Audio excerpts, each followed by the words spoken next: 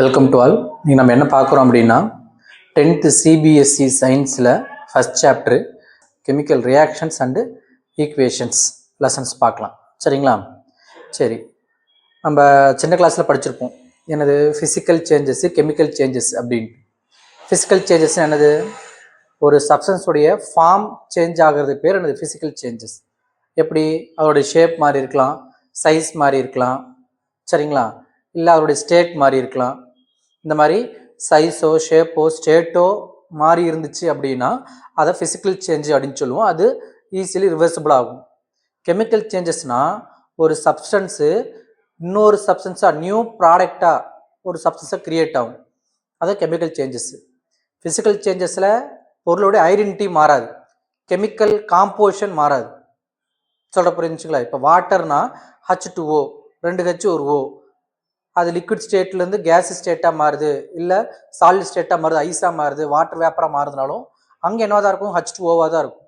அப்போ அதான் physical changes. Physical சேஞ்சஸில் கெமிக்கல் காம்போசிஷன் மாறாது, அதோட ஐடென்டிட்டி மாறாது. ஆனால் கெமிக்கல் சேஞ்சஸில் நியூ ப்ராடக்ட் ஃபார்ம் ஆகும் வித் டிஃப்ரெண்ட் ப்ராப்பர்ட்டிஸ். ஒரு சப்ஸ்டன்ஸு என்டையர்லி டிஃப்ரெண்ட் சப்ஸ்டன்ஸாக மாறும், நியூ ப்ராடக்டை ஃபார்ம் பண்ணும். ப்ராப்பர்ட்டிஸ் என்ன இருக்கணும்? வேறு வேறையாக இருக்கும். அதான் கெமிக்கல் சேஞ்சஸ். சரிங்களா? இப்போ ஒரு எக்ஸாம்பிள் பார்க்கலாம். இப்போ மெக்னீஷியம் ரிப்பன் எடுத்துருக்குறோம், அதை எரிக்கிறோம்னு வச்சுக்கோங்க. மெக்னீஷியம் ரிப்பனை நம்ம கம்பஷன் பண்ணுறோம். எரியுதுன்னு எந்த பொருள் எரியும்? நமக்கு எப்பயுமே எந்த ஒரு பொருள் கம்பஷன் ஆனாலுமே ஆக்சிஜன் கூட ரியாக்ட் ஆகுதுன்னு அர்த்தம். அப்போ மெக்னீஷியம் ஆக்சிஜன் கூட கம்பஷன் ஆகுது, எரியுது அப்படின்னா என்ன மாறும்? நமக்கு மெக்னீசியம் ஆக்சைடு. இது ஒயிட் கலர் பவுடராக மாறும். இது சாலிடு, இது பவுடராக மாறும். இதோடைய ப்ராப்பர்ட்டி வேற, மெக்னீசியோடைய ப்ராப்பர்ட்டி வேற, மெக்னீசியம் ஆக்சைடோடைய ப்ராப்பர்ட்டி வேற. சரிங்களா? அப்போ இது ஒரு கெமிக்கல் ரியாக்ஷன். ஏன்? ஒரு சப்ஸ்டன்ஸு கம்ப்ளீட்டான அது வேற ஒரு சப்ஸ்டன்ஸாக மாறிடுச்சு, என்டையர்லி டிஃப்ரெண்ட் ப்ராப்பர்ட்டி இருக்கிற மாதிரி. இந்த மாதிரி இருக்கிறத சொல்றாம கெமிக்கல் ரியாக்ஷன்ஸ் அப்படின்னு சொல்கிறோம். அப்போ ஒரு கெமிக்கல் ரியாக்ஷன் நடந்திருக்கா நடக்கலையாங்கிறத எப்படி நம்ம ஐடென்டிஃபை பண்ணலாம் அப்படின்னா இந்த ஒரு சேஞ்சஸ் வச்சு தெரிஞ்சுக்கலாம். எப்படி? சேஞ்ச் இன் ஸ்டேட்டு, ஸ்டேட்ல சேஞ்ச் இருக்கலாம், சேஞ்ச் இன் கலர், இல்லைன்னா சேஞ்ச் இன் டெம்பரேச்சர்,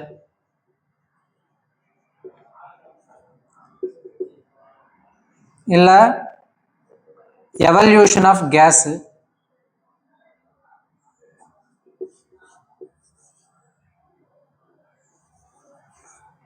ஒரு ரியாக்ஷன் நடக்கும்போது கேஸ் ப்ராடக்ட் வெளியே போகலாம். இந்த மாதிரி சேஞ்சஸ் நடக்குது அப்படின்னா அங்கே என்ன நடந்திருக்க வாய்ப்பு இருக்கு? கெமிக்கல் ரியாக்ஷன் நடந்திருக்க வாய்ப்பு இருக்குன்னு அர்த்தம். சரிங்களா? இப்போ இந்த கெமிக்கல் ரியாக்ஷன்ஸ் எப்படி நம்ம எழுதணும்? How to right the chemical reaction properly அப்படின்னு பார்த்தோம்னா முதல்ல ஒரு கெமிக்கல் ரியாக்ஷன்ல என்ன இருக்கும்? ஒரு அம்புக்குறி இருக்கும், இந்த ஏரோ மார்க் இருக்கும். இந்த ஏரோ மார்க் லெஃப்ட் சைடு இருக்கிறது என்ன சொல்லாம? ரியாக்டன்ஸ். ஏரோ மார்க்குக்கு லெஃப்ட் சைடு எடுத்திருக்கிறது ரியாக்டன்ஸ். இதுதான் கம்பைன்ட் ஆகி நமக்கு என்ன கிடைக்கும்? நமக்கு ரியாக்ட் ஆகி ப்ராடக்ட் கிடைக்குது. அப்போ ஏரோ மார்க்கு ரைட் சைடு இருக்கிறது products, arrow mark left side இருக்கிறது ரியாக்டன்ஸ், ரைட் சைடு இருக்கிறது ப்ராடக்ட்ஸ். அப்போ இந்த மாதிரி எழுதிட்டா போதுமா? இப்போ ரியாக்டன்ட் எழுதி ப்ராடக்ட் எழுதியாச்சு, இது ஒரு கம்ப்ளீட் கெமிக்கல் ரியாக்ஷன்ஸை ரெப்ரசென்ட் பண்ணக்கூடியதா இருக்கா அப்படின்னா கிடையாது. அப்போ என்ன மாதிரி எழுதணும்னா ஃபர்ஸ்ட் அந்த கெமிக்கல் ஈக்குவேஷன்ஸுங்கிறது பேலன்ஸ்டாக இருக்கும். பேலன்ஸ் என்னது? நம்ம எடுத்துக்கிறது பொருளுடைய குவான்டிட்டியும் கிடைக்கிற பொருளுடைய குவான்டிட்டியும் ஈக்குவலாக இருக்கும். Quantity means number of atom. இப்போ எங்க எழுதிருக்கிறோம்? மெக்னீஷியம் எழுதிருக்கிறோமா? இந்த பக்கம் பாருங்க, ஒரு மெக்னீஷியம் இருக்குது, இங்கேயும் ஒரு மெக்னீஷியம் இருக்குது. இங்க எத்தனை ஆக்சிஜன் இருக்குது? 2 ஆக்சிஜன் இருக்குது. ஆனா இங்க ஒரு ஆக்சிஜன் தான் இருக்குது. அப்ப இங்க இந்த கெமிக்கல் ஈக்குவேஷன் இருக்கக்கூடிய ஆட்டம்ஸ் உடைய கவுண்ட் பேலன்ஸ்டா இருக்கான? பேலன்ஸ்ட் இல்லை. அப்போ அது பேலன்ஸ் பண்ணி எழுதணும். சரிங்க, MgO இருக்குது, பேசாம இந்த O2 அழிச்சிட்டா சரியா போச்சுல, வெறும் O போட்டுக்கலாம்ல அப்படின்னா நம்ம கெமிக்கல் ஈக்குவேஷன் பேலன்ஸ் பண்ணணும்னா ஃப்ரண்ட்ல தான் நம்பர் போட்டு பேலன்ஸ் பண்ணணும். நீங்க கெமிக்கல் ஃபார்முலாவில் என்ன பண்ணக்கூடாது? மாற்றக்கூடாது. ஆக்சிஜன்கிறது நேச்சுரல் எக்ஸிஸ்ட் ஆகும்போது டைமராக தான் எக்ஸிஸ்ட் ஆகும். எந்த ஒரு கெமிக்கல் ஈக்குவேஷன்ஸ்லையுமே வெறும் ஓன்னு போடக்கூடாது, போட்டால் தப்பு. சொல்ல புரிஞ்சா? அது என்ன சொல்லுவாங்க, தனியா ஒரு ஆக்சிஜன் எக்ஸிஸ்ட் ஆகாது. ஆக்சிஜன் கம்பைன்ட் ஆகி டைமரா தான் எக்ஸிஸ்ட் ஆகும். Oxygen, nitrogen, chlorine, bromine, fluorine இதெல்லாமே சரிங்களா, எப்படி ஹைட்ரஜன் இல்லை எப்படி எக்ஸிஸ்ட் ஆகும், டைமரா தான் எக்ஸிஸ்ட் ஆகும். சிங்கிள் ஆட்டம் எக்ஸிஸ்ட் ஆகாது. அப்போ அது O2 தான் இருக்கணும். நமக்கு தேவைக்கிறதுக்காக ஒரு ஓ மட்டும் போட்டுக்கலாம் சார் போடக்கூடாது. சரிங்களா, இல்லை இங்கே 2 ஓ இருக்கு சார், இங்கே ஓகேல 2 போட்டுக்கலாம், MgO2 போட்டுக்கலாம் அப்படின்னா அதுவும் போடக்கூடாது. ஏன்னா மெக்னீசியம் ஆக்சைடுனா ஒரு கெமிக்கல் ஃபார்ம்ல என்னது, MgO தான். எப்படி ஒரு காம்பவுண்டுக்கு கெமிக்கல் ஃபார்ம்ல எழுதணுங்கிறது நம்ம சின்ன கிளாஸ்ல படிச்சிருப்போம், 9th கிளாஸ்ல படிச்சிருக்கிறோம். எப்படி கிறிஸ் கிராஸ் மெத்தடுன்னு சொல்லி படிச்சிருப்போம். ஒவ்வொரு ஆட்டமுடைய சார்ஜ் நம்ம மெமரி பண்ணியிருப்போம், ஆக்சிஜன் ஸ்டேட்டு அதை வச்சு எழுதுவோம். ஃபார் எக்ஸாம்பிள் மெக்னீசியம் ஆக்சைடு எப்படி எழுதுவீங்க,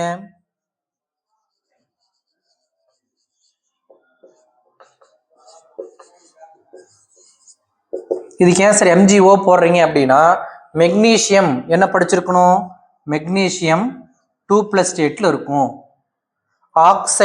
ஆக்சைடுனா O2- ஸ்டேட்ல இருக்கும். சரிங்களா, அப்ப என்ன ஆகும், ரெண்டும் சேமா இருக்கா, 2 காமனா இருந்தா கேன்சல் பண்ணிக்கலாம், ஒரே டேபிள்ல டிவைட் பண்ற மாதிரி டிவைட் பண்ணிக்கலாம். அப்போ 2 ரெண்டாம் பிளான் 2 டேபிள் கேன்சல் பண்ணா கேன்சல் ஆகி போயிடும், 1 தான் ஆகும். ரெண்டும் கேன்சல் ஆகி 1 இந்த 1 இங்க கொண்டு போயிரும், இந்த 1 இங்க கொண்டு போயிரும். சைன் முக்கியம் கிடையாது, எப்பயும் பிளஸ் முன்னாடி எழுதுங்க, மைனஸ் பின்னாடி எழுதுங்க. நம்பரை இங்க கொண்டு போகணும், இதுக்கு கிறிஸ் கிராஸ் மெத்தட் சொல்லுவாங்க, இப்படி கொண்டு போகணும். அப்ப என்ன கிடைக்கும், Mg1O1 ஒன்னுங்கிறது மென்ஷன் பண்ண தேவையில்லை. அப்ப MgO. அப்ப மெக்னீசியம் ஆக்சைடுனா MgO தான் போடணும். நம்ம MgO2 போட்டுக்கலாம்ல சார், 2 வருதுன்னு அப்படிலாம் போடக்கூடாது. கெமிக்கல் ஃபார்முலால என்ன பண்ணக்கூடாது, சேஞ்சஸ் பண்ணக்கூடாது. சரிங்களா, நம்ம என்ன பண்ணக்கூடாது, பேலன்ஸ் பண்றதுக்காக கெமிக்கல் ஃபார்முலால எந்த சேஞ்சஸ் பண்ணக்கூடாது. அது முன்னாடி போடுற பார்த்தீங்களா கோஎஃபிஷியன்ட், அந்த நம்பர் அதை வேணா நம்ம என்ன பண்ணிக்கலாம், மாற்றி மாற்றி போட்டு பார்க்கலாம். சரிங்களா, இப்போ எப்படி பேலன்ஸ் பண்ணது பாருங்க பார்க்கலாம். இது பேலன்ஸ்டா இருக்கான கிடையாது, ஏன்னா மெக்னீசியம் ஈக்குவலா இருக்குது, ஆனால் ஆக்சிஜன் ஈக்குவலா இல்லை. அப்போ இங்கே 2 ஓ இருக்கு, இங்கே 1 ஓ தான் இருக்குது. அப்போ என்ன பண்ணிக்கலாம், இங்கே முன்னாடி 2 போடலாமா, அப்போ 2 ஓ ஆயிருச்சு. இந்த முன்னாடி போடக்கூடிய நம்பரு ரெண்டுக்கும் சேர்த்து இன்வால்வ் ஆகும், ரெண்டுக்குமே என்ன இருக்கும், பொருந்தும். அப்போ மெக்னீசியம் 2 ஆயிருச்சு, அப்போ 2 ஓ பேலன்ஸ் ஆயிருச்சு. இங்கே மெக்னீசியம் 2 இருக்கு, ஒரு மெக்னீசியம் தான் இருக்குது. அப்போ என்ன பண்ணிக்கலாம், மெக்னீசியத்துக்கு 2 போட்டுக்கலாம். இப்போ பேலன்ஸ் தான் பாருங்க, 2 மெக்னீசியம் 2 ஆக்சிஜன் 2 ஆக்சிஜன், இது பேலன்ஸ்டு. சரிங்களா, அப்போ பேலன்ஸ் எழுதியாச்சு, இதுதான் ப்ராப்பர் வே, கெமிக்கல் ஈக்குவேஷன் கரெக்டாக எழுதியாச்சுன்னா இன்னும் கிடையாது. இன்னும் என்ன பண்ணணும், ஸ்டேட்டை கரெக்டாக மென்ஷன் பண்ணுவாங்க. என்ன ஸ்டேட்டு, மெக்னீசியம் என்ன ஸ்டேட்ல இருக்கும், சாலிட் ஸ்டேட்டு, ஆக்சிஜன் கேசியஸ் ஸ்டேட்ல இருக்கும், மெக்னீசியம் ஆக்சைடு அதுவும் சாலிட் ஸ்டேட்ல இருக்கும். இந்த மாதிரி அதனுடைய ஸ்டேட் ரெப்ரசன்ட் பண்ணிட்டோம்னா இதுதான் நமக்கு என்னது, complete representation of, proper representation of chemical equations. சரிங்களா, ஒரு ஈக்குவேஷன் எழுதணும் அப்படின்னா ரியாக்டன்ட் ப்ராடக்ட் அது என்ன பேலன்ஸ்ல இருக்கா, நம்பர் ஆஃப் ஆட்டம்ஸ் ரெண்டு பக்கமும் பேலன்ஸ் ஆயிருக்காங்கிறது செக் பண்ணிக்கணும், அது பேலன்ஸ் பண்ணணும், ஸ்டேட்டை மென்ஷன் பண்ணியிருக்கணும். இது என்னது proper way to represent the chemical equation. இதுலயே என்ன பண்ணுவாங்க, ஒரு சில ரியாக்ஷன்ஸ் எல்லாம் பார்த்தீங்கன்னா கேட்டலிஸ்ட் யூஸ் பண்ணுவாங்க. இன் ப்ரெசன்ஸ் ஆஃப் கேட்டலிஸ்ட் ஒரு கண்டிஷன் இருக்கும், இந்த டெம்பரேச்சர் நடக்கணும், இந்த ப்ரெஷர்ல இருக்கணும் அப்படின்னு ஒரு கண்டிஷன் இருக்கும். அந்த கண்டிஷன் என்ன பண்ணுவாங்க, இந்த ஈக்குவேஷனுக்கு மேலையும் கீழே ரெப்ரசென்ட் பண்ணுவாங்க. எப்படி ஃபார் எக்ஸாம்பிள் பார்க்கலாமா, நம்ம போட்டோசிந்தசிஸ் படிச்சிருக்கோம். போட்டோசிந்தசிஸ் என்னது, பிளான்ட் எல்லாம் என்ன பண்ணுது, அட்மாஸ்பியர்ல இருக்கிற கார்பன் டை ஆக்சைடையும் வாட்டர் வேப்பரையும் வச்சுக்கிட்டு வாட்டரை அப்சார்ப் பண்ணி அது என்ன பண்ணுது, போட்டோசிந்தசிஸ் மூலிமா குளுக்கோஸை ப்ரிப்பேர் பண்ணுது. அந்த ரியாக்ஷன் சொல்லாம போட்டோசிந்தசிஸ். இப்போ அந்த ரியாக்ஷன் பாருங்களேன்,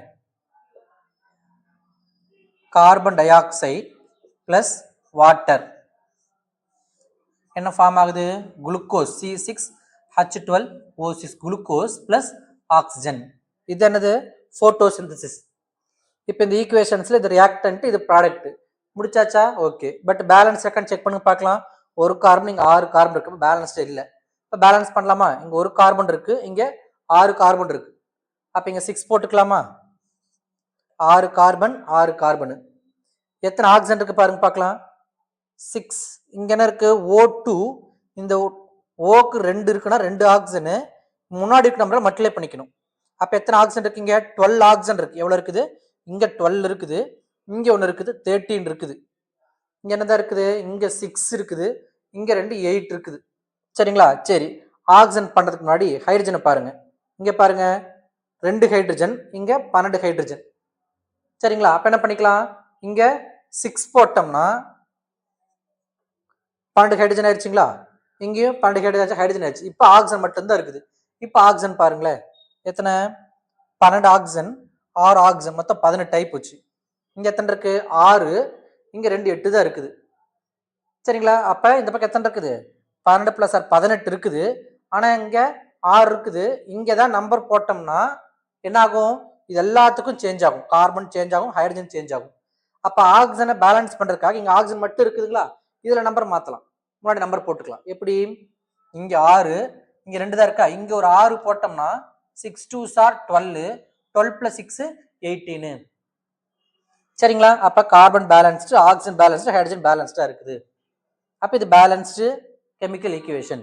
இது என்ன கண்டிஷன் இருக்கணும், போட்டோசிஸ் நடக்கணும்னா கண்டிப்பா சன்லைட் இருக்கணும்.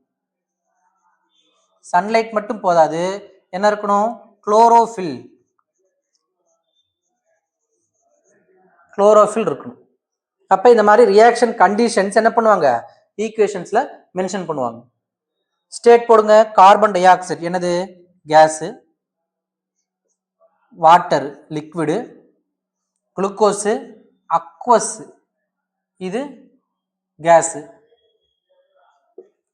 இதே அக்வஸ்ன்றோம், குளுக்கோஸ் சாலிட் ஸ்டேட்ல இருக்க, தண்ணியில கரைஞ்ச ஸ்டேட்ல தான் இருக்கும். அப்ப என்ன சொல்லுவாங்க, அக்வஸ் ஸ்டேட்ல எடுத்துக்குவாங்க. சொல்ற புரிஞ்சுங்களா? இப்போ இந்த கார்பன் டை ஆக்சைடுமே வாட்டர் வேப்பரோட கம்பைன்ட் ஆகி கிடைச்சிருக்குங்கிறப்ப இது என்ன போட்டிருப்பாங்க, அக்வஸ்ன்னு போட்டிருப்பாங்க. இங்க என்ன போட்டுற புக்ல, இங்க அக்வஸ்ன்னு கொடுத்துருப்பாங்க. ஏன்னா கார்பன் டை ஆக்சைடு வாட்டர் வேப்பரோட கம்பைன்ட் ஆகி எடுத்துக்குது. அப்ப தண்ணியில எப்பயுமே லிக்விட் ஸ்டேட்டுக்கும் அக்வஸ் ஸ்டேட் வித்தியாசம்னா, ஒரு சப்ஸ்டன்ஸ் தண்ணியில மிக்ஸ் ஆகி கிடைச்சிருக்குன்னா அக்வஸ், தண்ணி இல்லாம லிக்விட் ஃபார்ம்ல இருந்துச்சுன்னா லிக்விட். இப்ப வாட்டருங்கிறத லிக்விட்னு சொல்லிக்கலாம், ஏன்னா தண்ணியில தண்ணி கலந்துன்னு சொல்ல முடியாதுல்ல, வெறும் வாட்டர்னா லிக்விட். சொல்ல புரிஞ்சுங்களா?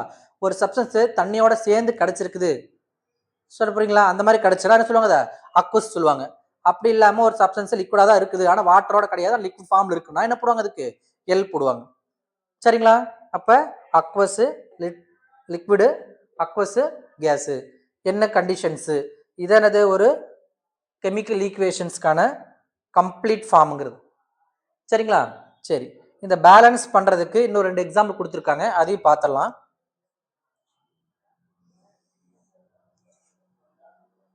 Zinc plus sulfuric acid gives zinc sulfate plus hydrogen gas. இது கேஸ், இது சாலிடு, இது லிக்விடு, இதுவும் தண்ணியில் கரைஞ்சா கிடைக்குமா, ஜிங்க் சல்ஃபேட். இது சல்ஃபூரிக் ஆசிட் தண்ணியில் கரைஞ்சா இருக்கும், அக்வஸ், இது அக்வஸ்ன்னு போட்டுக்கலாம்.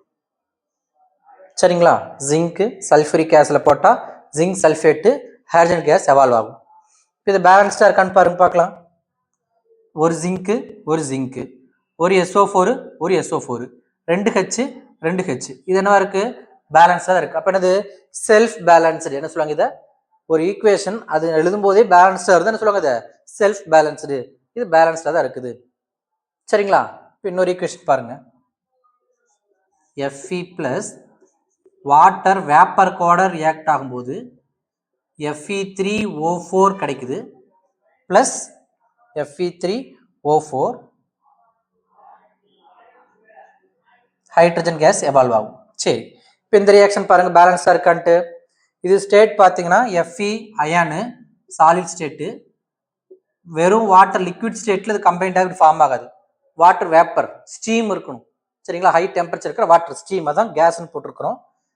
H2O இன் கேஸ் ஃபார்ம் ஸ்டீம்ல ரியாக்ட் ஆகும் பொழுது இது சாலிட் கிடைக்கும், இது கேஸ். இப்போ பாருங்க பார்க்கலாம், Feங்கிறது H2O சேர்ந்து Fe3O4 H2O பேலன்ஸ் இருக்க, ஒரு Fe இங்க 3 Fe இருக்கு. அப்ப என்ன பண்ணணும், இங்க 3 போடணுமா, இங்க 3 போட்டுக்கலாம், 3 Fe ஆகி போச்சு. ஹைட்ரஜன் பாருங்க 2 கிடைச்சு 2 கரெக்டா இருக்குது, ஆனா ஆக்சிஜன் இங்க 1 தான் இருக்குது, இங்க இருக்கு 4 இருக்குது. அப்ப 4 ஆக்சிஜன் ஃபார்ம் ஆகணும்னா இங்க 4 போடலாமா, அப்பதான் 4 ஆக்சிஜன் ஒரு நிமிக்கிங்க. ஏன்னா இங்க நம்பர் மாற்ற முடியாது, ஃபார்முலால நமக்கு ஆக்சிஜன் குறைக்க முடியாது, முன்னாடி நம்பர் போட முடியும். இங்க 4 ஆக்சிஜன் இருக்கு, ஒரு ஆக்சிஜன் தான் இருக்குது. அப்ப இங்க 4 போட்டோம்னா 4 ஆக்சன் 4 ஆக்சன் 8 ஹைட்ரஜன். அப்போ இங்கே 2 இருக்குங்களா, இங்கே 4 போட்டோம்னா 8 ஹைட்ரஜன். சரியா போச்சுங்களா? 3 Fe 8 ஹைட்ரஜன்ஸு 4 ஆக்சனு. அப்போ இந்த மாதிரி கெமிக்கல் ஈக்குவேஷன்ஸ் கொடுத்தாங்கன்னா அவங்களுக்கு என்ன பண்ண தெரியணும், பேலன்ஸ் பண்ண தெரியணும். அதுல இருந்து கொஸ்டின் கேட்பாங்க. ஒரு ஈக்குவேஷன் கொடுத்துட்டு பேலன்ஸ் பண்ணுங்க கொடுத்தா கண்டிப்பாக பேலன்ஸ் பண்ணுறதுக்கு நம்பர்லாம் மாற்றாம போட்டோம்லாம் கிடையாது. ஒரு சில ஈக்குவேஷன்ஸ் என்னவா இருக்கும், செல்ஃப் பேலன்ஸ்டாக இருக்கும். இப்போ இந்த ஈக்குவேஷன் பாருங்களேன், ஜிங்க்கு H2SO4 ஓட்டா ஜிங்க் சல்ஃபேட்டு H2, இது பார்த்தா இருக்கு செல்ஃப் பேலன்ஸ்டாக இருக்குது. நம்ம பேலன்ஸ் பண்ணணும் நம்பர்லாம் மாற்றி வந்து போட்டுருக்கணும் அவசியம் கிடையாது. அதே மாதிரி முக்கியமானது, பேலன்ஸ் பண்ணும் பொழுது கெமிக்கல் ஃபார்முலாவை சேஞ்ச் பண்ணக்கூடாது. சரிங்களா? இப்போ H2SO4னா H2SO4 தான். பேலன்ஸ் பண்ணுங்க HSO4 போட்டு எனக்கு ஒரு ஹச் குறைச்சிக்கிறேன் HSO4 போட்டுக்கிறலாம் போடக்கூடாது. கெமிக்கல் ஃபார்முலாவில் எந்த சேஞ்சஸ் பண்ணக்கூடாது. அதுக்கு முன்னாடி தான் நம்ம என்ன பண்ணலாம், நம்பரை போட்டு ட்ரையல் அண்ட் எரர் மெத்தடில் போட்டு செக் பண்ணி மாற்றிக்கலாம். சரிங்களா? ஓகே. இதுக்கப்புறம் என்ன பார்க்குறோம் அப்படின்னா, என்னென்ன டைப் ஆஃப் கெமிக்கல் ஈக்குவேஷன்ஸ் இருக்குது, கெமிக்கல் ரியாக்ஷன்ஸ்லேயே என்னென்ன டைப் ஆஃப் கெமிக்கல் ரியாக்ஷன்ஸ் இருக்குது, என்னென்னது, combination, decomposition, displacement, double displacement, oxidation, reduction, exothermic, endothermic, இந்த மாதிரி எல்லா டைப் ஆஃப் ரியாக்ஷன் வித் எக்ஸாம்பிளோட பார்க்கலாம். சரிங்களா? Type of chemical reactions.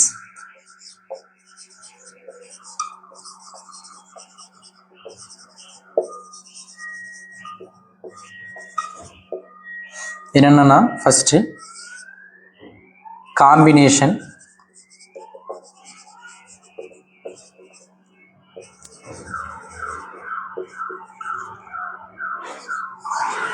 உங்களுக்கு காம்பினேஷன்ஸ் படிக்கும்போது கூட என்ன சேர்த்து படிப்போம், நம்ம எக்ஸோதெர்மிக் எண்டோதெர்மிக் படிச்சிருவோம். Exothermic reactions,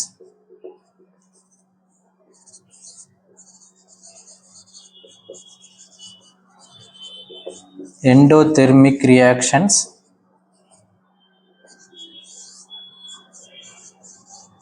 decomposition reaction,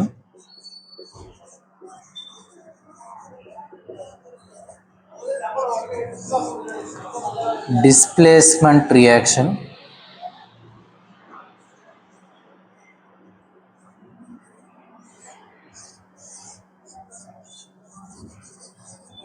double displacement reaction,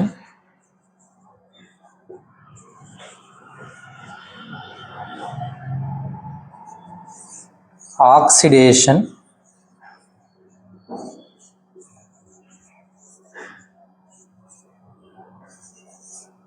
reduction.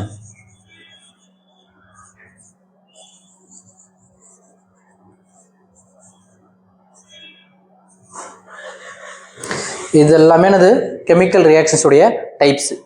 ஒவ்வொரு ரியாக்ஷன்ஸ்க்குமே என்ன டெஃபினிஷனு, என்ன எக்ஸாம்பிள்ஸ் கொடுத்துருக்காங்க அப்படின்னு பார்க்கலாம். சரிங்களா? ஃபர்ஸ்ட் என்ன கொடுத்துருக்காங்க, combination reactions.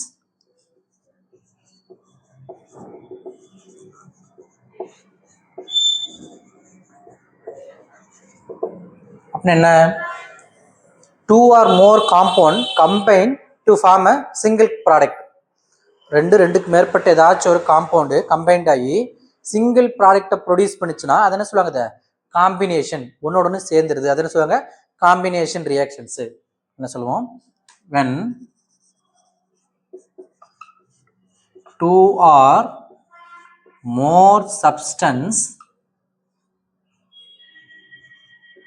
combines to form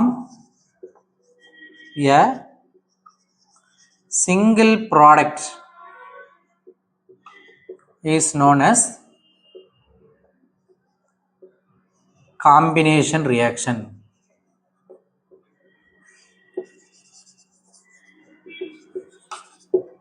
என்ன எக்ஸாம்பிள், இப்போ CaO, இது என்னது, CaOங்கிறது குயிக் லைம். CaOக்கு என்னது, குயிக் லைம். ஒரு சில காம்பவுண்ட்ல இப்போ கால்சியம் ஆக்சைடு கெமிக்கல் நேம், CaOக்கு என்ன கெமிக்கல் நேம், கால்சியம் ஆக்சைடு. ஏன் குயிக் லைம்னு சொல்கிறோம், ஒரு சில காம்பவுண்ட்லாம் அதுக்கு நேச்சராக கமர்ஷியலாக என்ன வார்த்தை பயன்படுத்துகிறாங்க, என்ன பேர் பயன்படுத்துகிறாங்கன்னு நம்ம மெமரி பண்ணிக்கணும். சரிங்களா? CaOட கமர்ஷியல் நேம் என்னது, குயிக் லைம்.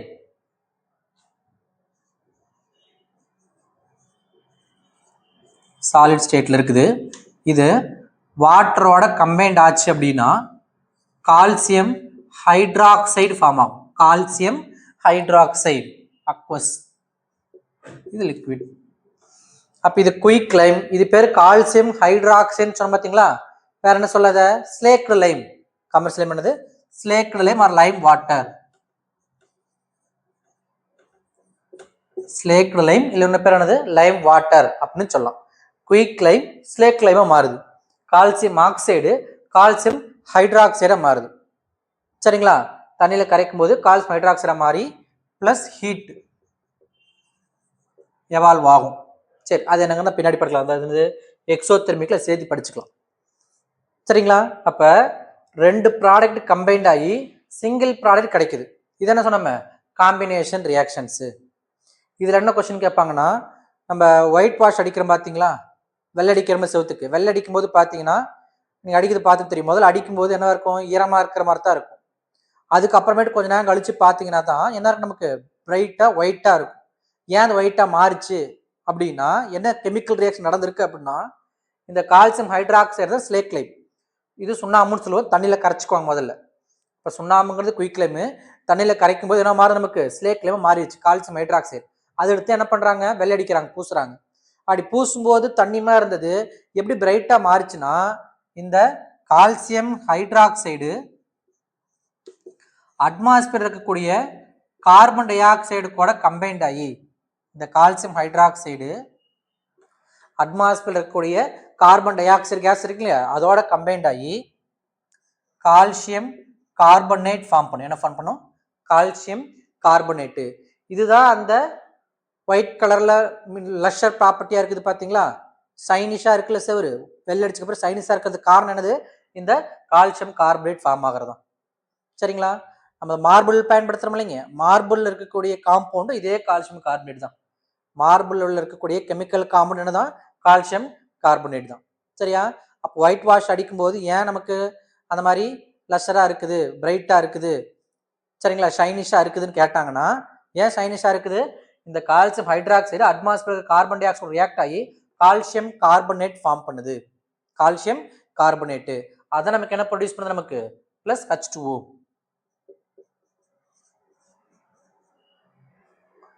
இதுதான் அந்த ஷைனி ப்ராப்பர்ட்டிக்கு காரணம், கால்சியம் கார்பனேட்டுங்கிறது. அப்ப இதனது காம்பினேஷன் ரியாக்ஷன்ஸ்க்கு எக்ஸாம்பிள். சரி, இதுலயே அடுத்து என்ன சொன்னோம், எக்ஸோதெர்மிக் ரியாக்ஷன்ஸ். இப்போ உங்களுக்கு காம்பினேஷன் ரியாக்ஷன்ஸ்ல சம் எக்ஸாம்பிள் கொடுத்துருக்காங்க. என்ன எக்ஸாம்பிள் கொடுத்துருக்காங்க எக்ஸ்ட்ராவா, C+O2 gives CO2, கார்பன் ஆக்சிஜனோட சேர்ந்து என்ன கிடைக்குது, கார்பன் டை ஆக்சைடு ஃபார்ம் ஆகுது, சாலிடு கேஸு கேஸு. சரிங்களா, கார்பன் ஆக்சிஜன் கம்பைன்ட் ஆகி கார்பன் டை ஆக்சைடு ஃபார்ம் ஆகுது. வாட்டர் ஃபார்ம் ஆகிறது எப்படி, ஹைட்ரஜன் பிளஸ் ஆக்சிஜன் கம்பைன்ட் ஆகி H2O லிக்விட் ஃபார்ம் ஆகுது. பேலன்ஸ்டா இருக்குங்களா, இங்க என்ன போடணும், 2 போடணும், இங்க 2 போடுங்க, பேலன்ஸ்டா இருக்கும். அப்ப 2H2 plus O2 gives 2H2O, hydrogen oxygen combined ஆகி H2O கிடைக்குது. சரிங்களா, இதெல்லாம் என்னது, காம்பினேஷன் ரியாக்ஷன்ஸ் எக்ஸாம்பிள்ஸ். அடுத்து என்ன சொல்லியிருக்காங்க, எக்ஸோதெர்மிக் ரியாக்ஷனு. எக்ஸோதெர்மிக் ரியாக்ஷனா, during a chemical reaction heat is evolved. ஒரு கெமிக்கல் ரியாக்ஷன் அப்ப ஹீட் எவால்வ் ஆச்சுன்னா அது எக்ஸோதெர்மிக். அப்ப ஹீட் அப்சார்வ் ஆச்சுன்னா அது என்னது, எண்டோதெர்மிக். சரிங்களா, இப்போ இந்த ஈக்குவேஷன் எதுக்கு எடுத்துக்கலாம், நம்ம ஹீட் எவால்வ் ஆகிறது கூட எக்ஸாம்பிள் எடுத்துக்கலாம் நம்ம. சரிங்களா, ஏன்னா இந்த கால்சியம் ஆக்சைடு வாட்டர்ல கம்பைன்ட் ஆகும்போது ஸ்லேக் லைம் ப்ரொடியூஸ் பண்ணும்போது நல்லா கொதிக்குது, ஹீட்டை எவால்வ் பண்ணுது. அப்ப டியூரிங் கெமிக்கல் ரியாக்ஷன்ஸ் ஹீட் வந்து சரௌண்டிங் வெளியே தள்ளிச்சு அப்படின்னா அது என்ன சொல்லுவாங்க, எக்ஸோதெர்மிக். சப்போஸ் சரௌண்டிங்ல டெம்பரேச்சர் எடுத்துக்கிச்சு அப்படின்னா என்ன சொல்லுவாங்க, எண்டோதெர்மிக். ரெண்டும் அடுத்து பார்க்கலாம். சரிங்களா, அது exothermic reactions.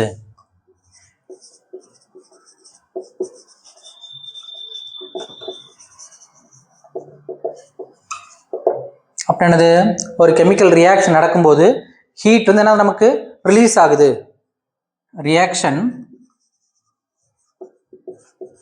in which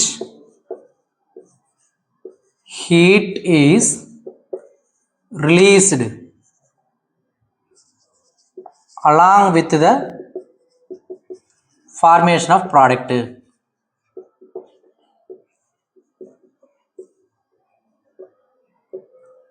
is known as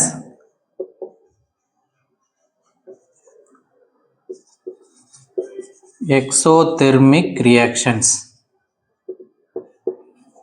புரியுதுங்களா? ஒரு கெமிக்கல் ரியாக்ஷன்ஸில் ப்ராடக்ட் ஃபார்ம் பண்ணும்போது ஹீட் வந்து என்ன நமக்கு சரௌண்டிங்க்கு ரிலீஸ் ஆச்சு அப்படின்னு சொல்லுவாங்க எக்ஸோதெர்மிக்கு. என்ன எக்ஸாம்பிள் பார்க்கலாம்? நம்ம முதல்ல கூட எக்ஸாம்பிள் பார்த்தோம். Carbon oxide carbon di oxide produce பண்ணும்போது ஹீட் எவால்வ் ஆகும். ஏன் அதுக்கு முன்னாடி ஒன்று பார்த்தோம். கால்சியம் ஆக்சைடு தண்ணியில் கரைக்கும் போது கால்சியம் ஹைட்ராக்சைடாக ஃபார்ம் ஆகி ஹீட்டை எவால்வ் பண்ணுச்சு. குயிக் கிளைம் ஸ்லே கிளைம் மாறும்போது ஹீட் எவால்வ் ஆச்சு, அது எழுதலாம். இல்லை some other reactions. Hydrocarbon methane ஆக்சைடோட கம்பைன்ட் ஆகி CO2 + H2O ப்ரொடியூஸ் ஆகுது. இதில் ஹீட் எவால்வ் ஆகும்.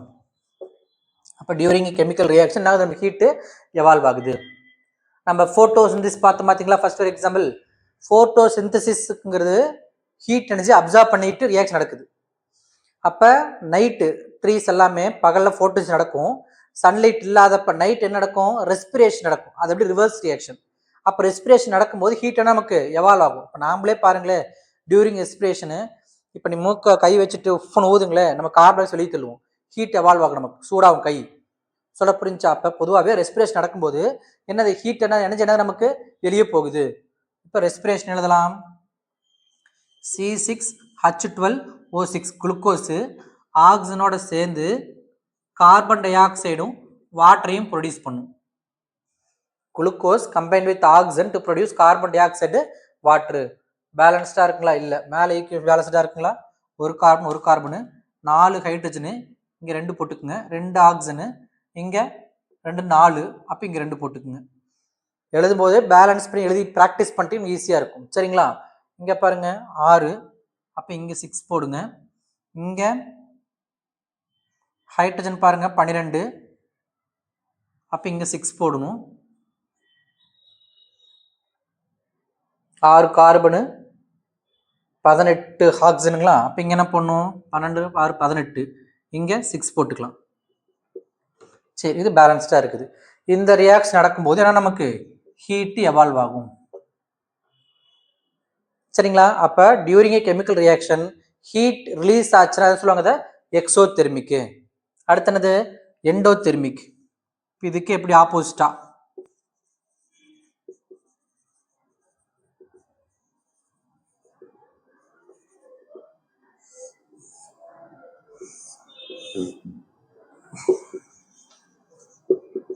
reaction in which heat is absorbed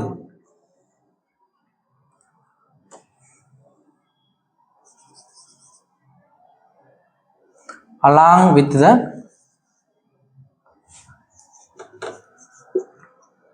formation of product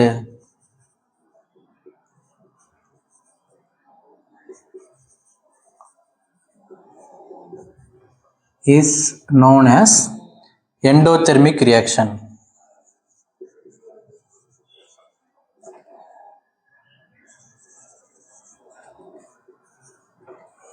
இதுக்கு என்ன எக்ஸாம்பிள் எழுதலாம்? இது அப்படியே ரிவர்ஸாக கூட எழுதலாம். ஃபோட்டோசிந்தசிஸ் ரியாக்ஷனு எண்டோதெர்மிக் ரியாக்ஷன்ஸ்க்கு எக்ஸாம்பிள் எழுதிக்கலாம். இது ரெஸ்பிரேஷனு எக்ஸோதெர்மிக் ரியாக்ஷன் எக்ஸாம்பிள் எழுதிக்கலாம். இது என்னது? ரெஸ்பிரேஷன்.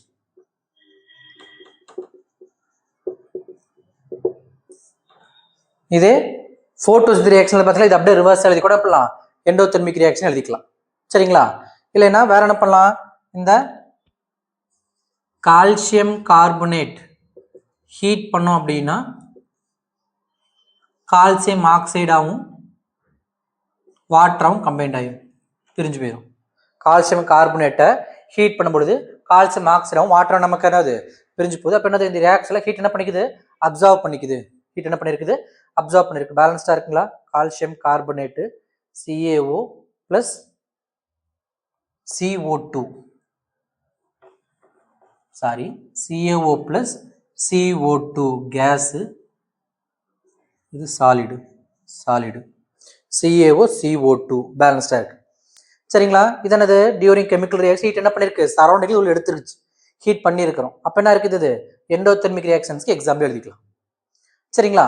அடுத்து என்ன இருக்குது? டீகம்போசிஷன் இருக்கு. சரி, அழிச்சிடலாம். அடுத்து என்ன பார்க்குறோம் அப்படின்னா டீகம்போசிஷன் ரியாக்ஷன். டீகம்போசிஷன் ரியாக்ஷன் என்னது? Fourth one, decomposition reaction.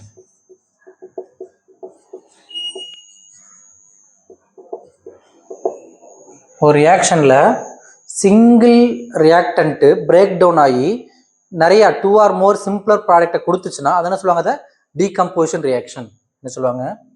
In a reaction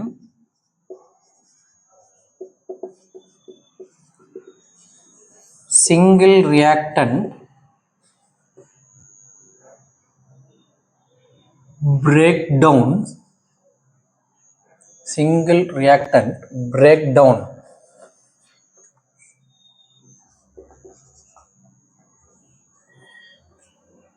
to give 2 or more simpler product is known as decomposition reaction.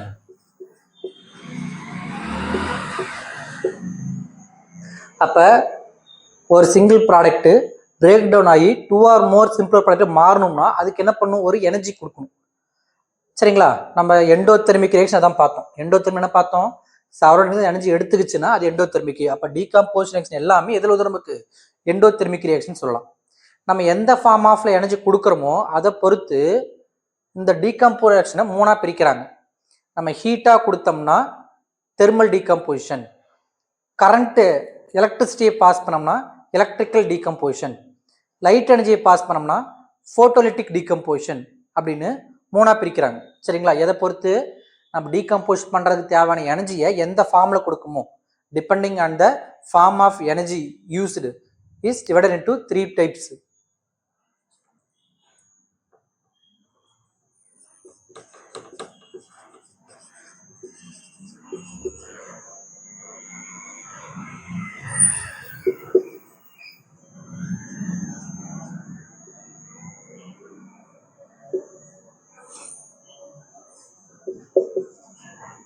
Further classified into 3 types.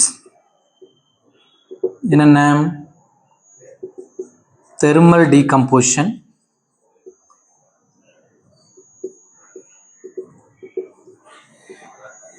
thermal decomposition ஹீட்டாக கொடுக்குறோம். நம்ம இது முதல்ல எக்ஸாம்பிள் பார்த்துலாங்களா? என்னது?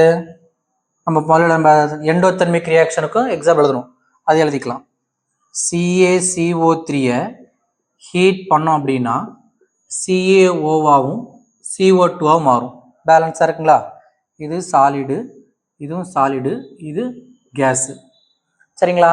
இல்லைன்னா இன்னொரு ரியாக்ஷன் புக்கில் கொடுத்துருக்குறது ஃபெரஸ் சல்ஃபேட் ஹீட் பண்ணோம்னா Fe2O3 plus SO2 plus SO3.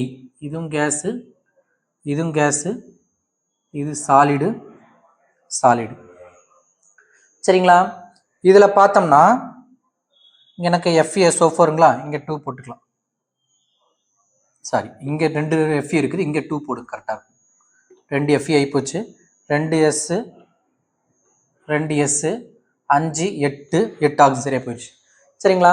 இதில் என்ன முக்கியமாக தெரிஞ்சுக்கணும்னா இந்த ஃபெரஸ் சல்ஃபேட்டுங்கிறது நேச்சுரலாக க்ரீன் கலராக இருக்கும். எப்படின்னா ஃபெரஸ் சல்ஃபேட் 7H2O இருக்கும்போது இது எப்போ க்ரீன் கலராக இருக்கும்? ஃபெரஸ் சல்ஃபேட் 7H2O இருக்குது. இங்கே எழுதுட்டுங்களா?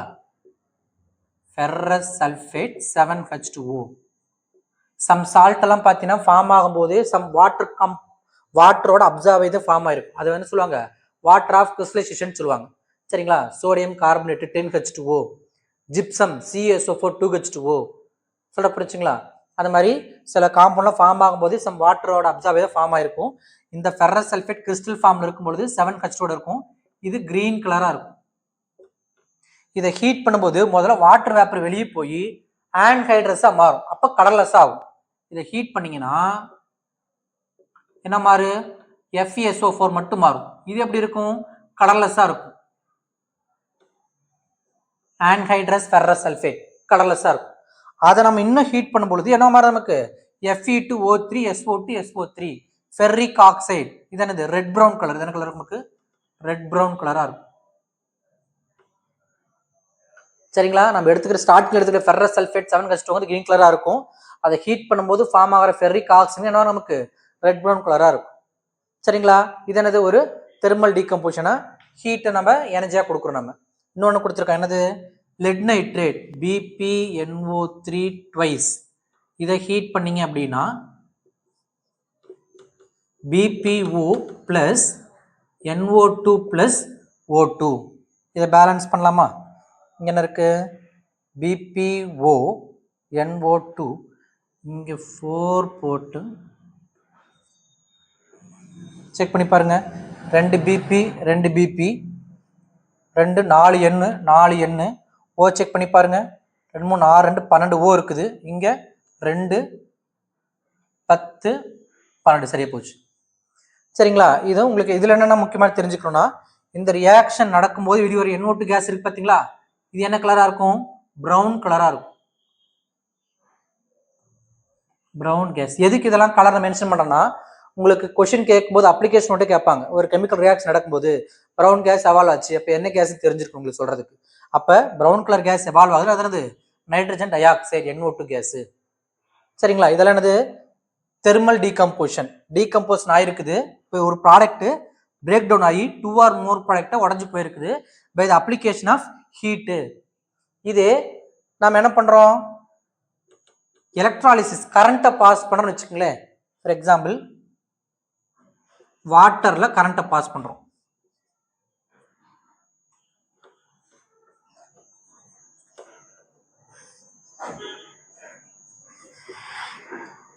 Electric current.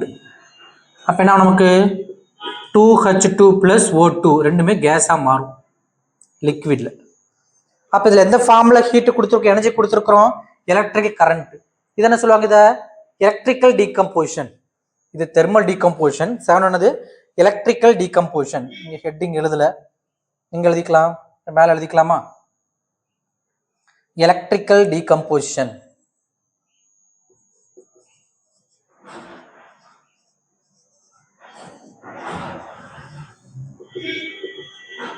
எப்ப? இந்த form of current, electric current. Energy எந்த ஃபார்ம் கொடுக்குறோம்? கரண்ட் ஃபார்ம்ல கொடுக்குறோம். எலக்ட்ரிக் கரண்ட் ஃபார்ம் கொடுக்கும்போது அது என்னது? Electrical decomposition. எக்ஸாம்பிள் என்னது? நம்ம வாட்டர்ல கரண்ட்டை பாஸ் பண்ணோம் அப்படின்னா ஹைட்ரஜனும் ஆக்சிஜனும் பிரேக் டவுன் ஆகி போகுது நமக்கு. சரிங்களா? மூணாவது போட்டோலிட்டிக் டீகம்போசிஷன்.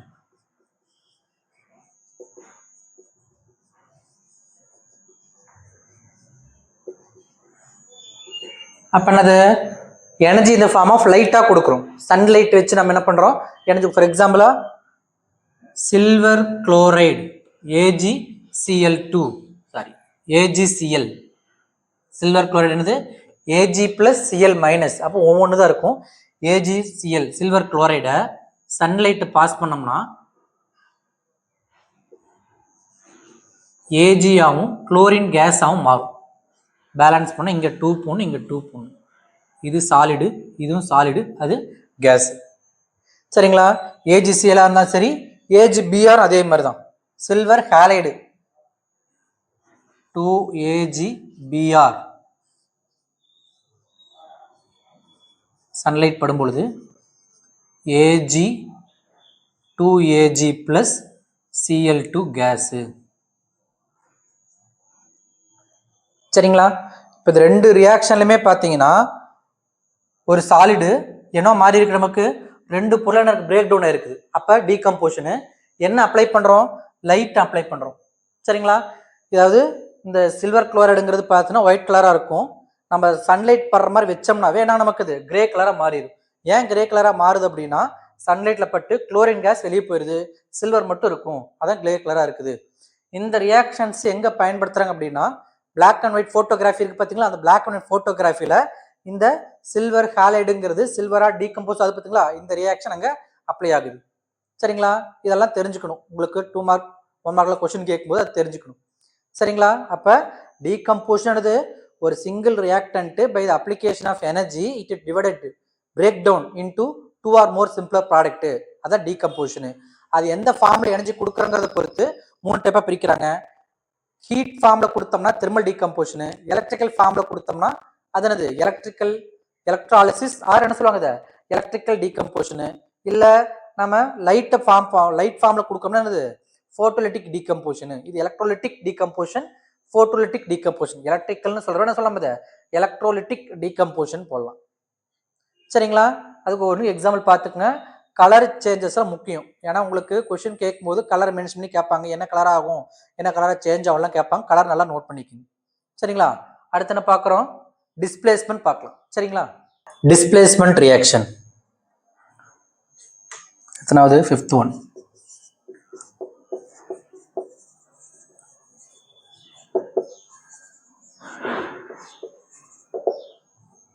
ஒரு ரியாக்ஷன் அப்போ ஒரு காம்பவுண்ட் இருக்கக்கூடிய ஒரு எலிமெண்ட் இன்னொரு எலிமெண்டால என்ன நமக்கு ரீப்ளேஸ் ஆகும். சொல்ற புரிஞ்சா? இன் a reaction one element is replaced by or removed by interchanged by another element is known as the displacement reaction. In a reaction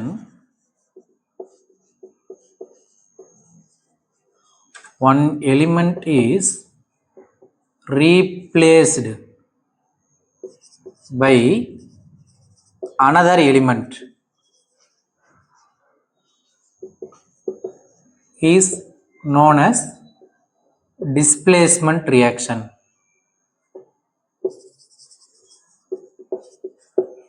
example பாருங்க.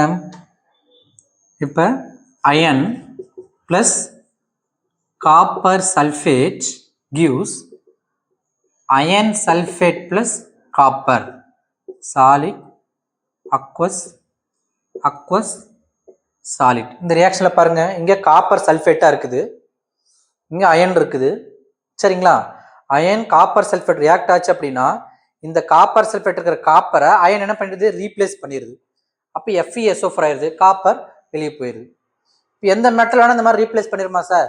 இப்போ அயன் சல்ஃபேட் இருக்குது, நான் காப்பர் போடுறேன், காப்பர் சல்ஃபேட் அயன் கிடைச்சிருமானா கிடையாது. அப்போ என்ன ஆகுது? ஒரு highly reactive metal low reactive metal replace பண்ணும். காப்பரை கம்பேர் பண்ணும்போது அயன் வந்து ஹைலி ரியாக்டிவ். அப்போ காப்பர் சல்ஃபேட் இருக்கிற காப்பர் அயனால் ரீப்ளேஸ் பண்ண முடியும். இது அயன் சல்ஃபேட் எடுத்துக்கிட்டு நம்ம காப்பர் போட்டோம்னா copper low reactive, iron high reactive. High reactive மெட்டலை லோ ரியாக்டிவ் மெட்டல் என்ன பண்ண முடியாது? ரீப்ளேஸ் பண்ண முடியாது. அப்போ இந்த ரியாக்ட் ஆர்டர் ஓரளவுக்கு தெரிஞ்சு வச்சிருக்கணும். சரி, நீங்கள் இந்த மெட்டல் நான் மெட்டல் யூனிட் படிக்கும்போது அது டீட்டெயிலாக பார்க்கலாம், ரியாக்டிவிட்டி சீரிஸ்ன்னு சொல்லிட்டு. சரிங்களா? அப்போ நமக்கு டிஸ்பிளேஸ்மெண்ட் எப்படி வேணால் நடந்துன்னு சொல்ல முடியாது. இப்போ காப்பர் சல்ஃபேட்லேயே அயன் போட்டு நடக்குதுன்னா காப்பர் சல்ஃபேட் இருக்கிற காப்பரை விட அயன் வந்து ஹைலி ரியாக்டிவ்.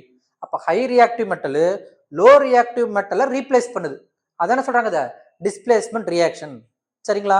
உங்களுக்கு என்ன கொடுத்துருப்பாங்கன்னா காப்பர் சல்ஃபேட் ஒரு பீக்கரில் என்ன பண்ணிக்கிறாங்க? காப்பர் சல்ஃபேட் கரைச்சிக்கிறாங்க. காப்பர் சல்ஃபேட்டுங்கிறது நம்ம போன டைம் பார்த்த மாதிரி வாட்டர் ஆஃப் கிறிஸ்டலைசேஷனாக இருக்கும். எப்படி? காப்பர் சல்ஃபேட் 5H2 வாட்டரோட கம்பைண்டாக இருக்கும், ப்ளூ கலராக இருக்கும். தண்ணியில் கரைச்சோம்னா it will give a blue colour solution. அப்போ காப்பர் ப்ளூ கலராக இருக்கும். அதில் ஒரு நெயில் எடுத்துக்கிறோம், நம்ம அயான் நெயில் எடுத்துக்கிறோம் வச்சுக்க, பார்க்கறதுக்கு பாலிஷ்டாக இருக்கும். அது எடுத்து உள்ளே போட்டுக்கோனா வச்சுருந்தோம் பார்த்தோம் என்ன ஆகும் அப்படின்னா அந்த அயான் நெயில் ப்ரௌனாக மாறிடும். சரிங்களா? காப்பர் சல்ஃபேட்டு ஃபேட் ஆயிரும், கலர் டீகலரைஸ் ஆயிரும். ஏன் அப்படின்னா இந்த காப்பர் சல்ஃபேட் அயன் நெயில் போட்டோம்னா அயன் சல்ஃபேட்டை மாதிரி காப்பர் ரிமூவ் பண்ணிடுது. காப்பர் சல்ஃபேட் இருந்துச்சுன்னா தான் ப்ளூ கலராக இருக்கும், அது காப்பர் வெளியே போயிடுது. இது வெளியே போன காப்பர் எங்கே ஃபார்ம் ஆயிருக்கும் அப்படின்னா அயன் மேலே டெபாசிட் ஆயிரும். அயன் இருக்கு இல்லைங்க, அயன் மேலே இந்த காப்பர் டெபாசிட் ஆயிரும். காப்பருடைய கலர் தான் அந்த ப்ரௌன் கலருங்கிறது. சரிங்களா? அப்போ என்ன அந்த நெயில் ப்ரௌன் கலராக மாறிடுது. அது கேட்பாங்க நடக்கும்போது என்ன இருந்துச்சு, ஏன் நடந்துச்சு கேட்டால் அந்த ரியாக்ஷன் சொல்ல தெரியும். சரிங்களா? இன்னொரு எக்ஸாம்பிள் கொடுத்துருக்காங்க. என்னது? இது zinc plus copper sulphate gives zinc sulphate plus copper. Lead plus copper chloride gives lead chloride plus copper. இதெல்லாம் என்ன இருக்கும்? Solid, aqueous, solid, solid, aqueous, solid. இதுல என்ன தெரிஞ்சுக்கலாம்? காப்பரோட அயன் ரியாக்டிவ், காப்பரோட ஜிங்க் மோர் ரியாக்டிவ், காப்பரோட லெட்டும் மோர் ரியாக்டிவ்னு தெரிஞ்சுக்கலாம். சரிங்களா? இப்போ ஒரு எக்ஸாம்பிளா கொடுக்கலாம். என்னது? இப்போ காப்பர் சல்ஃபேட்டை சில்வர் சல்ஃபேட்ல காப்பர் போட்ட ரியாக்ட் ஆகும். சரிங்களா? ஏன்னா சில்வரை விட காப்பர் ஹை ரியாக்டிவ். ஒரு சின்ன பிரிக்கு நோட் பண்ணிக்கோங்க. ரியாக்டிவிட்டி பார்த்தீங்கன்னா அயனை விட எது லோ ரியாக்டிவ்? காப்பர். காப்பரை விட எது லோ ரியாக்டிவ்? சில்வர். சில்வர் எது லோ ரியாக்டிவ்? கோல்டு. அப்ப என்ன சொல்றேன்னா காப்பர் சல்ஃபேட்டை அயன் ரீப்ளேஸ் பண்ணும். சில்வர் சல்ஃபேட்டை AgSO4 இருந்துச்சுன்னா காப்பர் என்ன பண்ணும்? ரீப்ளேஸ் பண்ணும். ஆனா சில்வர் அயன் சல்ஃபேட்டை காப்பர் ரீப்ளேஸ் பண்ண முடியாது. காப்பர் சல்ஃபேட்டை சில்வர் என்ன பண்ண முடியாது? ரீப்ளேஸ் பண்ண முடியாது. ஏன்னா ஹை ரியாக்டிவால தான் லோ ரியாக்டிவ் ரீப்ளேஸ் பண்ண முடியும். அது தெரிஞ்சு வச்சுக்கணும். சரிங்களா? இது உங்களுக்கு புக்கில் கொடுத்துருக்கிற எக்ஸாம்பிள்ஸ். அடுத்து என்ன இருக்குது? Double displacement reaction. Double displacement நமக்கு ரியாக்டன்ட்ல இருக்கக்கூடிய ரெண்டு ரியாக்டன்ட் வச்சுக்கல, ரெண்டுல இருக்கிற அயான்ஸ் மியூச்சுவல் எக்ஸ்சேஞ்ச் ஆயிரும். Exchange of ions in a reactance.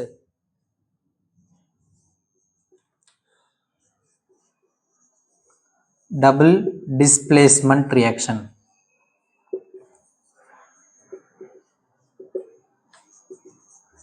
In a reaction,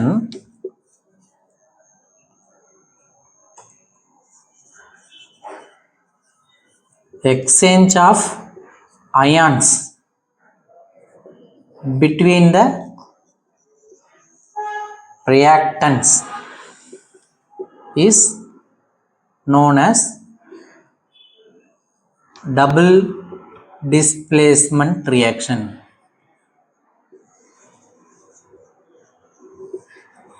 It is also called as precipitation reaction. ஏன் precipitation reaction சொல்றாங்க அப்படின்னா, இப்போ ஒரு எக்ஸாம்பிள் எடுத்துக்கலாமே. Sodium sulphate Na2SO4 plus barium chloride react ஆச்சு அப்படின்னா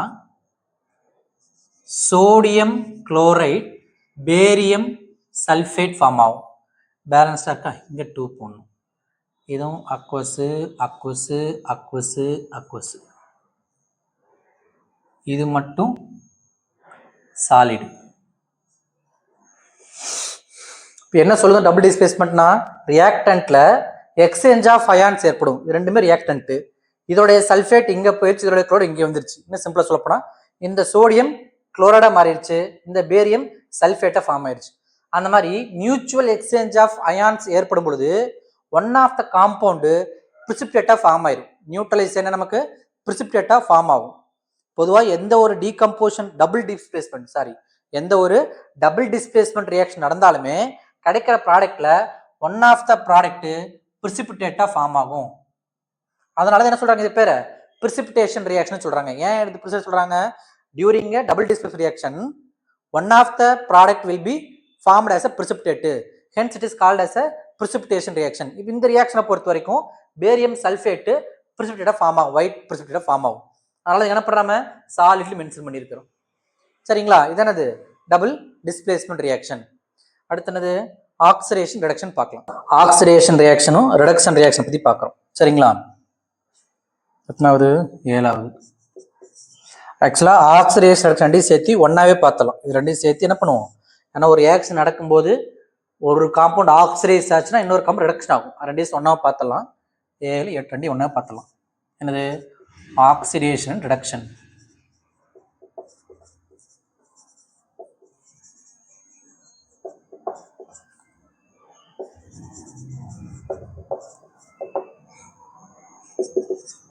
In a reaction,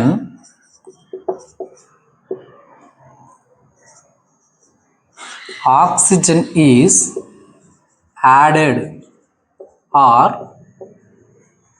hydrogen is removed is known as oxidation. அதே மாதிரி in a reaction hydrogen is added or oxygen is removed is known as reduction reaction. இப்போ என்ன சொல்கிறாங்க, ஒரு chemical ரியாக்ஷனில் oxygen add ஆச்சுனாலோ இல்லை ஹைட்ரஜன் ரிமூவ் ஆச்சுனாலோ அதை ஆக்சிடேஷன் சொல்லலாம். இல்லை ஒரு கெமிக்கல் ரியாக்ஷனில் ஹைட்ரஜன் ஆட் ஆச்சுனாலோ ஆக்சிஜன் ரிமூவ் ஆச்சுன்னா என்ன சொல்லுவாங்க, அதை ரிடக்ஷன் சொல்லுவாங்க. ஒரு எக்ஸாம்பிள் பார்க்கலாம். பாருங்க, காப்பர் ஆக்சிஜன் கூட சேர்ந்து CuO காப்பர் ஆக்சைடு ஃபார்ம் ஆகுது. இங்கே 2 இருக்குங்களா, இங்கே 2 போட்டுக்கலாம். சரிங்களா? அப்போ காப்பர் ஆக்சிஜன் சேர்ந்து காப்பர் ஆக்சைடு ஃபார்ம் ஆகுது. அப்போ என்ன இருக்கு இந்த ரியாக்ஷனில், ஆக்சிஜன் காப்பர் என்ன இருக்கு, ஆட் ஆயிருக்கு. அப்போ என்ன சொல்லுது, ஆக்சிடேஷன் சொல்லாங்களா, என்ன சொல்லுவோம், ஆக்சிடேஷன்.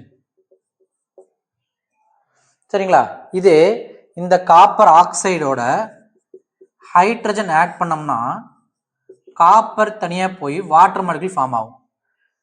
பேலன்ஸாக இருக்கா? ஓகே. இப்போ இதில் பாருங்க, பார்க்கலாம் என்ன இருக்குன்னு. காப்பர் ஆக்சைட்லேருந்து காப்பர் லாஸ் ஆகி காப்பராக மாறி இருக்குது. காப்பர் ஆக்சைட்லேருந்து காப்பர் என்ன இருக்கு, ஆக்சிஜன் லாஸ் ஆயிருக்கு. ஆக்சிஜன் லாஸ் ஆயிருதுன்னு சொல்லியிருந்தோம், loss of oxygen, oxygen removed. என்னது, ரிடக்ஷனா? இது ரிடக்ஷன் ஆயிருக்குது. இங்கே ஹைட்ரஜனை பாருங்க, ஹைட்ரஜனு வாட்டர் வாங்கிட்டு H2O மாறி இருக்குது. அப்போ இது என்னது, ஆக்சிடேஷன்களா? இதான் சொன்னோம், ஒரு ரியாக்ஷன்ல ஒரு காம்பவுண்டு ஆக்சிடைஸ் ஆச்சுன்னா இன்னொரு காம்பவுண்ட் நமக்கு என்ன ஆகும், ரிடக்ஷன் ஆகும். In a chemical reaction one reactant gets oxidized, then another reactant will reduced. Hence it is called as oxidation reduction reaction or redox reaction. Oxidation reduction reaction or redox reaction.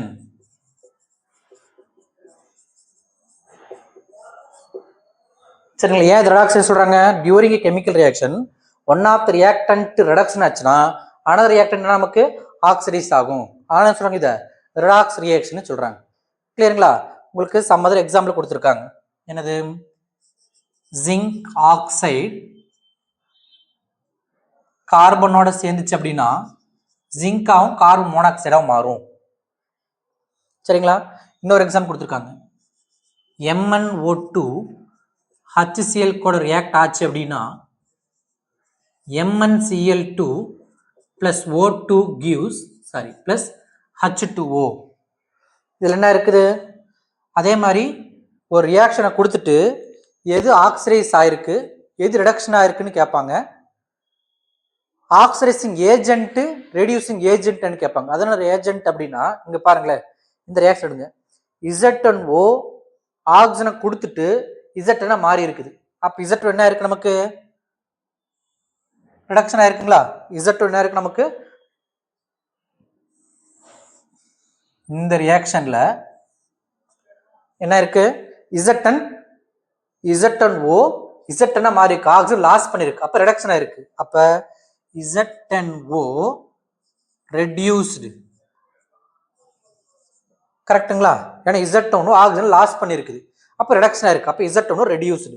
Carbon என்ன இருக்குது, oxygen வாங்கிட்டு carbon மோனாக்சைடா மாறி இருக்குது, carbon ஆக்சிஜனை gain பண்ணிருக்குது. அப்ப என்னது, oxidise ஆயிருக்கா, carbon oxidised. Meaning புரியுதுங்களா? அப்ப எது ரிடக்ஷன் ஆயிருக்குதோ அது ஆக்சிடைசிங் ஏஜென்ட், எது ஆக்சிடைஸ் ஆயிருக்கோ அது ரெடியூசிங் ஏஜென்ட். ஏன்னா நல்லா கவனிங்களே, இந்த Z10O ரிடக்ஷன் ஆனதுனால தான் இது ஆக்சிஜனை கொடுத்துருக்குது, இது கொடுத்த ஆக்சிஜனை தான் CO வாங்கிட்டு போயிருக்குது. அப்ப இந்த CO ஆக்சிடைஸ் ஆகிறதுக்கு எது காரணம், இந்த Z10O லாஸ் பண்ணதானே. இந்த Z10 ஆக்சிஜன் லாஸ் பண்ணாதான் C என்ன ஆகும், CO மாறி இருக்கும். இல்லை எப்படி சொல்லலாம், இந்த C ஆக்சிஜனை வாங்கினா தான் Z10 கொடுக்க முடியும். ஆமா தானே, Z10 கொடுக்கணும்னா அது ஒரு வாங்கணும் இல்ல. அப்ப கார்பன் ஆக்சிஜனை வாங்கினா தான் Z10 கொடுக்க முடியும். அப்ப கார்பன் ஆக்சைடைஸ் ஆனதுனால தான் ஜிங்க் ஆக்சைடு என்ன நமக்கு ரிடக்ஷன் ஆயிருக்குது. அப்ப இது என்ன சொல்லுவாங்க ரெடியூசிங் ஏஜென்ட். இது ரிடக்ஷன் ஆகிறதுக்கு இது ஹெல்ப் பண்ணிருக்கா, அப்ப இது ரெடியூசிங் ஏஜென்ட். இது ஆக்சைடைஸ் ஆகிறதுக்கு இது ஹெல்ப் பண்ணிருக்கா, அப்ப என்னது ஆக்சிடைசிங் ஏஜென்ட்.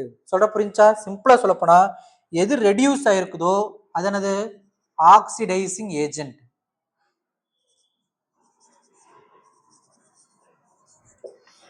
எது ஆக்சிடைஸ் ஆயிருக்கோ அது reducing agent.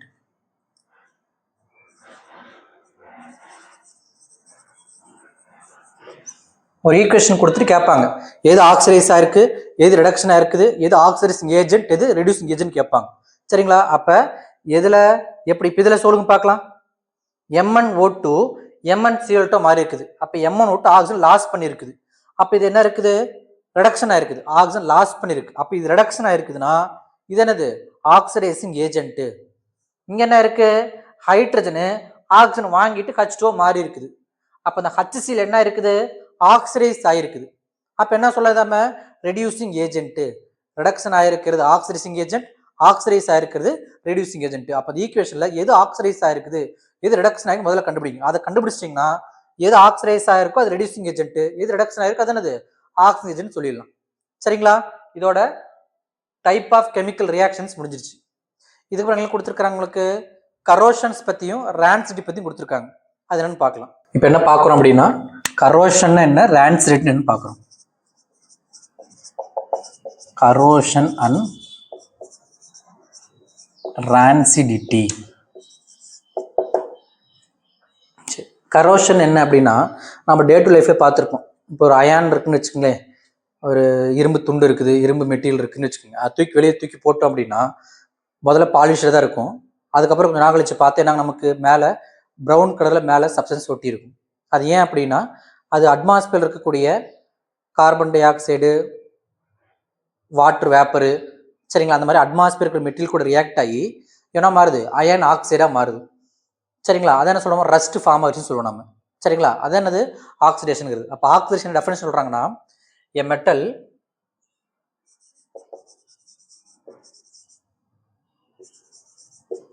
attacked by the substance around it. இது மாதிரிலாம் இருக்கும். இப்போ அயனை சுற்றி அட்மாஸ்பியர் என்ன இருக்கும் ஆக்சிஜன் இருக்குது, மாய்ஸ்சர் இருக்குது, ஆசிட் இருக்குது, such as moisture, acid, carbon dioxide, oxygen, etc. இதெல்லாம் ரியாக்ட் ஆகிறதுனால a metal attacked by the substance around it such as moisture, acid and carbon dioxide மாதிரி பொருளோட நமக்கு அட்டாக் ஆகிறதுனால என்ன மாறுது வேற ஒரு பொருளா மாறுது. பார்த்தீங்களா? அதுக்கு பேர் என்ன சொல்றாங்க கரோட் ஆகுது அப்படின்னு சொல்லுவாங்க. It set to corrode and this process is known as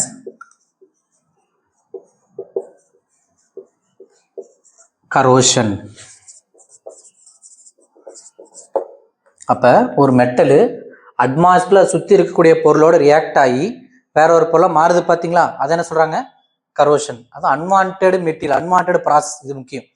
சரிங்களா? ஏன் அது அன்வான்ட் ப்ராசஸ் சொல்றோம்னா இப்போ இதே நம்ம கோல்டையோ மண்ணு கடை ரொம்ப நாளுக்கு அப்புறம் புதைச்ச கோல்டெல்லாம் பார்த்தீங்கன்னா இன்னும் என்னதான் இருக்கும் எடுக்கும்போது அதே பியூர் கோல்டாக தான் இருக்கும். ஏன் அப்படின்னா டியூ டு ரியாக்டிவிட்டி. நான் சொல்ல புரிஞ்சுங்களா? இப்போ கோல்டோ காப்பரோ பார்த்து ரொம்ப நாளைக்கு என்னாங்க நமக்கு ரியாக்ட் ஆகாமல் இருக்கும். சொல்ல புரிஞ்சு அது எஸ்பெஷலி ஃபார் கோல்டு. ஏன் கோல்டு அவ்வளோ காஸ்ட் அப்படின்னா இன்னைக்கு தூக்கி போட்ட கோல்டு என்ன காலத்துக்கு அப்படியே தான் இருக்கும், ஏன்னா லோ ரியாக்டிவிட்டி. ஆனால் அயன்லாம் இப்படி தூக்கி போட்டேன்னா நமக்கு ஈஸியாக கொஞ்ச நாள் என்ன ஆயிரும் அயன் ஆக்சைடு மாதிரி துருபிடிச்சு காணாம போயிடும்.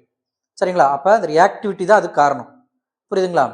இந்த ரியாக்டிவிட்டி ஏன் நம்ம அன்வான்ட் ப்ராசஸ் அப்படின்னு சொல்றோம்னா இப்போ நிறைய நம்ம மேனுஃபேக்சர் பண்ணிருக்க பில்டிங் கட்டி இருக்கிறது, ரயில் ரோடு போடுறது, பிரிட்ஜ் போடுறது எல்லாமே என்ன பயன்படுத்துறாங்க அயன் பயன்படுத்துறாங்க. அப்போ அயன் அட்மாஸ்பியர் இருக்கிறத கூட என்ன நமக்கு மழை பெய்யுது, தண்ணியில் படுது, மாய்ச்சரில் மோதுது. சரிங்களா? அப்போ என்ன ஆகும் சீக்கிரம் என்ன நமக்கு துருபிச்சுன்னு வச்சுக்கோங்களேன். அப்போ அந்த பொருள் என்ன பண்ண திரும்ப மாற்றி ஆகும் நமக்கு. அப்போ நிறைய செலவாகும். நம்ம டன்ஸ் ஆஃப் டன் மெட்டல் அயான்ஸில் என்ன பண்ணுறோம் மேனுஃபேக்சரிங் பண்ணி ஒரு பொருள் உருவாக்குறோம். அது வெளியில் யூஸ் பண்ணிட்டு இருக்கும்போது நாளடைவில் என்ன ஆகுது, நமக்கு கரோஷன் ஆகி அந்த பொருள் வேஸ்ட்டாக போகுதுன்னா எவ்வளோ செலவாகுது? இயர் ஆன் இயர் நிறைய செலவாகுதுன்றாங்க. சரிங்களா? அப்போ இந்த மாதிரி அன்வான்ட் ப்ராசஸ் என்ன சொல்கிறாங்க, இது பேர் கரோஷன் அப்படின்னு சொல்கிறாங்க. இப்போ என்ன கேட்பாங்கன்னா, இப்போ சில்வர் வந்து கொஞ்ச நாள் மெட்டிலாம் போட்டிருக்கிறாங்க, செயின்லாம் போட்டிருக்காங்கன்னா கொஞ்ச நாள் என்ன கருப்பாகி போயிடும். அது ஏன் கருப்பாகுது, என்ன பொருள் ஃபார்ம் ஆகுதுன்னா அது one of the corrosion process தான். என்ன ஆகுது, அட்மாஸ்பியர் இருக்கக்கூடிய ஹைட்ரஜன் சல்ஃபைடு கூட ரியாக்ட் ஆகி சில்வர் சல்ஃபைடாக மாறுது. என்ன மாறுது? Silver sulphide. இப்போ சில்வர் இருக்குதுன்னா அட்மாஸ்பியர் ஹைட்ரஜன் சல்ஃபைடு ரியாக்ட் ஆகி சில்வர் சல்ஃபைடு ஃபார்ம் ஆகும். என்ன ஃபார்ம் ஆகுது? Silver sulphide. இதே மாதிரி தான் காப்பர் மெட்டீரியல் இருக்குன்னு வச்சுக்கோங்களேன், காப்பர் மேலே கிரீன் கலரில் வரும். இந்த சில்வர் சல்ஃபைடு என்னது? Black colour. இப்போ சில்வர் சல்ஃபைடு மேலே இருக்கிற பிளாக் கோட்டிங் என்ன காம்பவுண்ட் கேட்டால் சொல்ல தெரியணும், சில்வர் சல்ஃபைடு. அதே மாதிரி காப்பர் மெட்டீரியலாக இருக்குது பார்த்தீங்களா, காப்பர் பாத்திரம்லாம் இருக்கு இல்லைங்க, செம்பு பாத்திரம்லாம், அதெல்லாம் என்ன ஆகும், நமக்கு அந்த பிரான்ஸ்னு சொல்லுவோம், செம்பு பாத்திரம் வீட்டில் இருக்கிறதுலாம், அதெல்லாம் நம்ம யூஸ் பண்ண மேலே கிரீனிஷாக லேயர் வரும். அந்த கிரீனிஷ் லேயருக்கு என்ன காரணம்னு கேட்டாங்கன்னா copper carbonate or copper hydroxide ரெண்டுமே ஃபார்ம் ஆகும். எது கூட ரியாக்ட் ஆகும்போது? Carbon dioxide and water vapour. அந்த காப்பரு சொல்ல புரிஞ்சு அந்த காப்பர் மெட்டீரியல் அட்மாஸ்பியர் இருக்கக்கூடிய கார்பன் டை ஆக்சைடு வாட்டரோட ரியாக்ட் ஆகி காப்பர் கார்பனேட் என்ன ஃபார்ம் ஆகும்? Copper carbonate or copper hydroxide. இது ரெண்டு தான் என்ன காரணம்? இந்த கிரீனிஷ் மெட்டீரியலுக்கு காரணம்.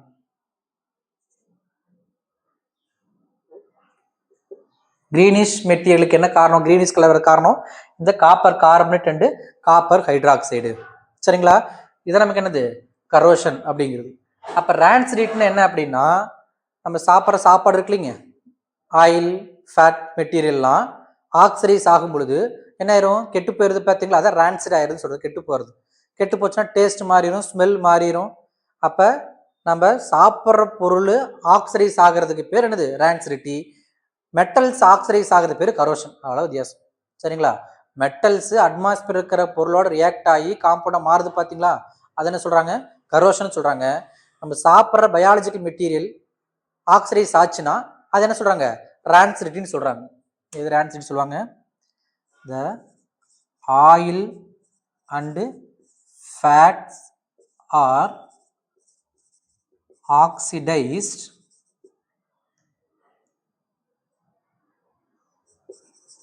they become rancid and their smell and taste are change. This process is known as rancidity. சரிங்களா? இந்த ரான்சிடிட்டி அவாய்ட் பண்ணுறத என்ன பண்ணுறோம், நம்ம ஃப்ரிட்ஜில் பொருள் வைக்கிறோம் ஆக்சிடைஸ் ஆகாம தடுக்கிறதுக்கு. சரிங்களா? அது இல்லாமல் பேக் பண்ணும்போது என்ன பண்ணுறாங்க? அலுமினியம் ஃபாயில் போட்டு பேக் பண்ணுறாங்க. ஏன்னா அட்மாஸ்பியரோட கான்டாக்ட் ஆனாச்சுன்னா தான் நமக்கு ஆக்சிடைஸ் ஆகும். அட்மாஸ்பியர் கான்டாக்ட் ஆகாமல் தடுக்கிறதுக்கு என்ன பண்ணுறாங்க? அலுமினியம் ஃபாயில் வச்சு பேக் பண்ணுறாங்க.